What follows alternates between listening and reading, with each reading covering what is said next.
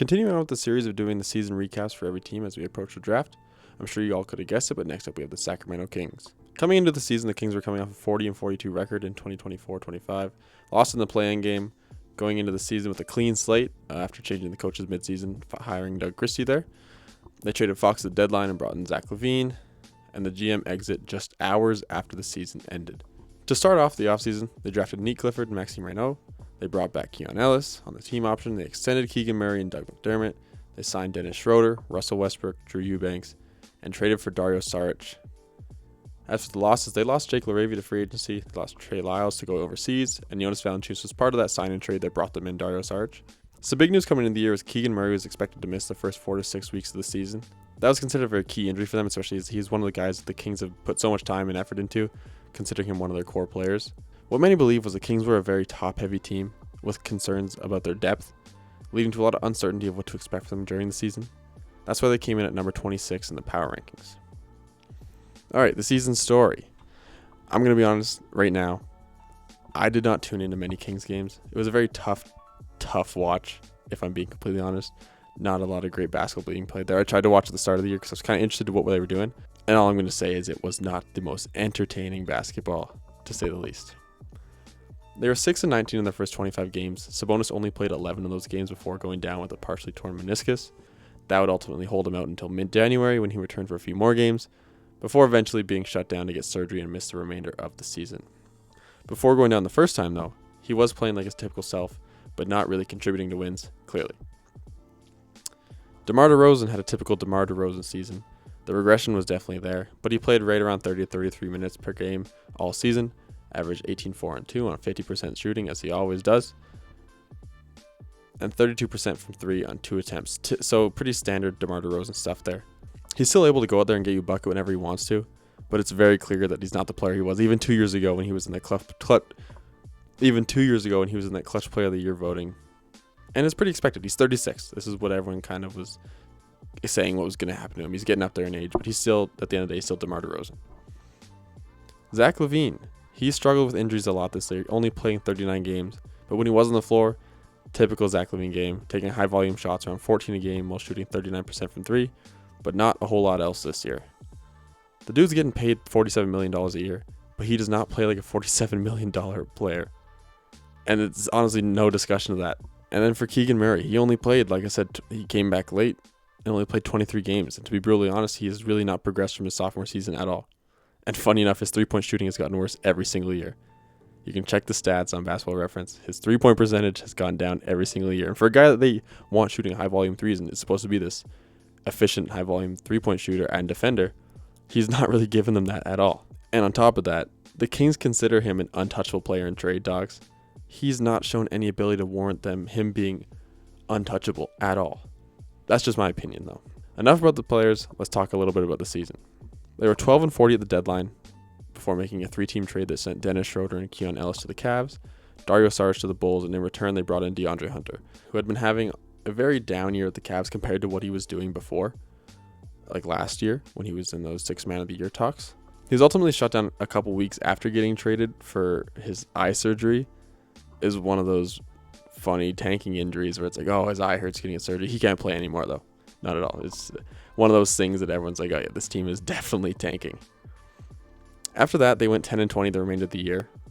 Honestly, played their best stretch of basketball then, before finishing 22-60 at the end of the season. Some players I mentioned that I didn't really touch on yet. I'm going to start with Russell Westbrook. Signed this contract really, really late, like right before preseason. But he provided the typical Westbrook stuff that he's been doing since the 21-22 season. Came in, gave 15, 6, and 5, and a little bit of all-around game. Definitely played himself into a contract somewhere next year. I've been seeing stuff that the Kings might bring him back. Something they might do to kind of be like a vet point guard for whoever they bring in the draft. He didn't really look bad this season. And I know a lot of people were saying last season, oh, he could be done. But no, I think he definitely proved this year that he can still play in the league despite his age and give you an all-around game. The next player I want to talk about is Dylan Cardwell. He was one of their young guys that kind of came onto the scene and provided a lot for them this year.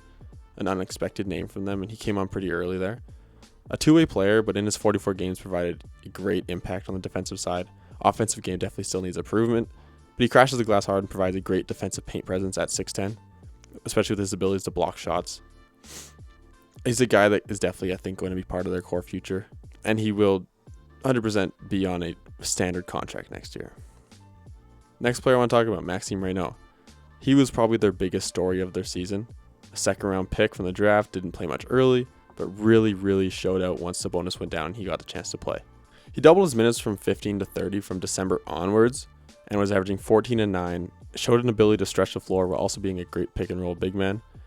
A true breakout find for the Kings and will 100% be part of their future plans. I think they might have found their big man of the future. I don't want to be too optimistic and too hyperbolic, but they might have found their big man. I did see some things on social media. People were saying that they weren't super surprised because of what he was doing at Stanford the year before, but he was a surprise to me. I didn't know who he was going into the draft. I didn't watch a lot of Stanford games, so I wouldn't have really seen what he was doing, but it's cool that they were able to find someone to do it. And he looks like a guy that wants to get better, and he definitely plays game the right way and plays hard. I actually had a tweet earlier in the year, and I mentioned his name, and his dad liked it. I thought that was pretty funny. Next player I want to bring up that I haven't talked about is Nick Clifford. He was their first-round pick, a little bit of a late bloomer this year. Got some opportunity once there were some injuries, but he didn't have the same season as Reynaud. But he definitely proved to be a player in this league. He showed an ability to score from all three levels and defend. He also showed that he can be a ball handler at times. I like Neek for them. I expect him to take a jump next season. He's a guy that can do a little bit of everything. A little bit older for a rookie, but definitely a guy that I think will take a jump next season, depending on what he does this summer, and be a true rotational piece for them next year, especially in a tanking season. Next player I want to talk about is Devin Carter. I just want to say that I didn't get to watch a lot of the games where he got his opportunity, so I'm not going to focus too much on it. I'm just not sold on him as a player. I don't think he's their point guard of the future or a point guard of the future. A bench piece, probably 100%, especially next year. But I just am not super sold on him. But yeah, I don't want to talk about too much. I don't have a lot to say because I didn't see too much. Looking ahead, the Sacramento Kings ended up getting the number 7 pick in the draft. Funny enough, after losing the tiebreaker to Utah, who got the 2nd pick.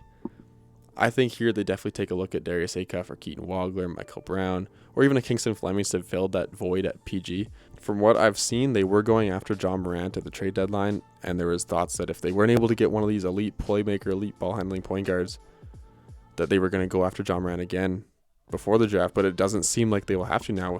They're pretty much going to get their pick of one of those 4 players I mentioned that could come in and be a really dominant point guard for them, especially like a franchise type of point guard that they'll keep around for a long time. It is definitely time for the Kings to hit the reset button. They're going into the offseason dancing around the first apron, and they only won 22 games. A first apron team is not supposed to win 22 games. And on top of that, Zach LaVine is likely to opt into his $49 million player option, because where else is he going to get $49 million after what he's been doing? Next up, back to DeMar DeRozan. He has no place in this team.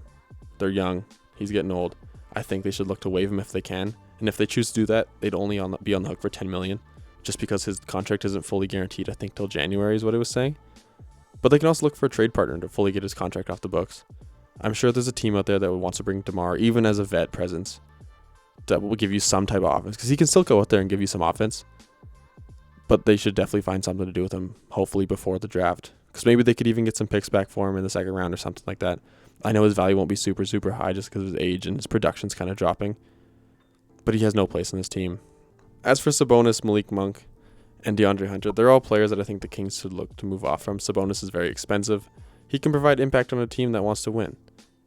He can't be the number 1 option, but he can definitely be a 2 or 3 that could lead to winning. He does a lot of stuff on the floor that leads to winning. He doesn't play very great defense, but he'll pass the ball. He rebounds great. Everyone knows he's a great rebounder, can lead the league in rebounding, and he's efficient around the rim. He can also space the floor a little bit. I think teams won't hesitate to really look for Sabonis at a trade. As for Malik Monk's streaky. He is on a fair contract and can provide great bench scoring and playmaking to a contending team if they want. I think finding a trade for him because of his fair contract, it might not be too hard. They could honestly keep him around if they really wanted to. He had a down year. He isn't looking like the same guy he was when he was in those 6 man of the year talks before he got that contract. But he's definitely a guy that can provide something to a team that wants to either be in the playoffs or something like that. And last is DeAndre Hunter. He fully overlaps what Keegan Murray does. They're both guys that are supposed to come on the floor and be a 3-and-D wing. It's a really confusing thought process of why they even made the trade in the first place, because they basically are the same player. But he's on an expiring deal next year, so if they can't get off him, it's not that big a deal. They can look to move him at the deadline or even just hug the next year because they're going to be tanking anyway and let him walk in free agency. Adding on to that Keegan Murray stuff, Keegan Murray's extension of $28 million a year kicks in next year. And if I'm being completely honest, it's looking like an overpay at this moment. Before, when they gave it to him, not so much. Everyone thought it was a good contract, but now it's definitely looking like an overpay. Well, honestly, what the Kings can hope for is that he's able to take a leap next year and look like he's worth that money. I think that's best case scenario. I think Keegan Murray might also know that he has to take a leap. He's not getting those conversations or talking points that he was at one point. So I'm sure there's some kind of motivating factor there for him to want to get better, especially since they brought in DeAndre Hunter. That should be a big, like, hey, we brought a guy that could easily replace you in the rotation. It's time for you to get a little bit better and show us that you can be the guy instead of him. And next year they are locked into Devin Carter contractually. I don't see it going further than that unless Devin Carter takes a big leap next year. He's just not a guy that you need to really commit money to. He doesn't fully impact the game in a winning way. It was proven with the way he was playing at the end of the season, getting a lot of opportunity in a time they wanted to lose. I just don't see them committing to him long term after that. All of these moves can be a great way to clean up their cap table as they go into the next season as a tanking team, because as a tanking team, you do not want to be approaching that first apron like I mentioned earlier. So I think if they really want to be serious about this tank and this rebuild, they should look to do this to try and at least clear up some of that cap and look to maybe sign some free agents going into the next year or commit the money in the right way to the young guys that they want to have around long term. Next talking point is Doug Christie. I honestly had him as a coach that I thought would get fired this offseason. He hasn't really shown that he can be a legit coach. He brings a lot of defensive energy out of the team, and that's shown. He says what he wants to say. He speaks his mind. He was able to motivate guys at times to play defense. He had that one scandal at the end of the year where he fouled when they were playing the Warriors and he fouled when they were up or something. NBA ended up investigating him. That was all fishy. Then he came out and said he didn't know, or there was a miscommunication, something like that. Anyway, I'm not too big a fan of Doug Christie. I think he'd be a great assistant coach or like a defensive coordinator type of coach somewhere. I just don't know if he's a head coach type of guy. But the team management has come out and said they're fully committed to him and to expect him back next year. When it comes to Sacramento Kings next year, I fully expect them to go into rebuild mode. Try and get off of some of those big contracts, the Sabonis, the Levine, the DeRozan, and really focus on those young guys. You know, bring in a Darius Acuff, bring in a Michael Brown or a Kingston Flemings or Keaton Wagler. Kind of give some hope to that youth movement. Pair him up with your Neat Clifford, pair him up with your Maxime Reynaud. Build your lineup around those three guys and sort of fill out the edges around them. I think that'd be a good move, especially if you clean up the cap table, have some stuff going into the next offseason to keep building upon that and maybe get another pick next year in a class. It's not looking too great, but you can probably find something in there that kind of complement those three guys. I think that's the best plan of action for them. I don't see them moving forward in this current purgatory that they're in of just paying these guys big money and not really getting results. They were making the postseason. I think they made it 3 years in a row, even though it was just a play-in, and now they're fully out with a team that they thought was better. The only issue is with Vivek owning the team is he has so much say over what the GM does and what the basketball operations team does, and he shouldn't. He's controlling this team in the interest of himself, and it's honestly hurting the franchise, hurting the organization. Fans aren't happy. I don't think a lot of people in the media think it's a great idea that he's owning the team. He's gets a lot of backlash because of the way he bosses around his management and all the basketball ops guys. I think for as long as he's around, this team may just be in this purgatory of doing absolutely nothing every year and just disappointing. Unfortunately, there's not much you can do about a team owner until he sells the team. But for now, I do think that the GM and basketball ops should really commit to this rebuild time.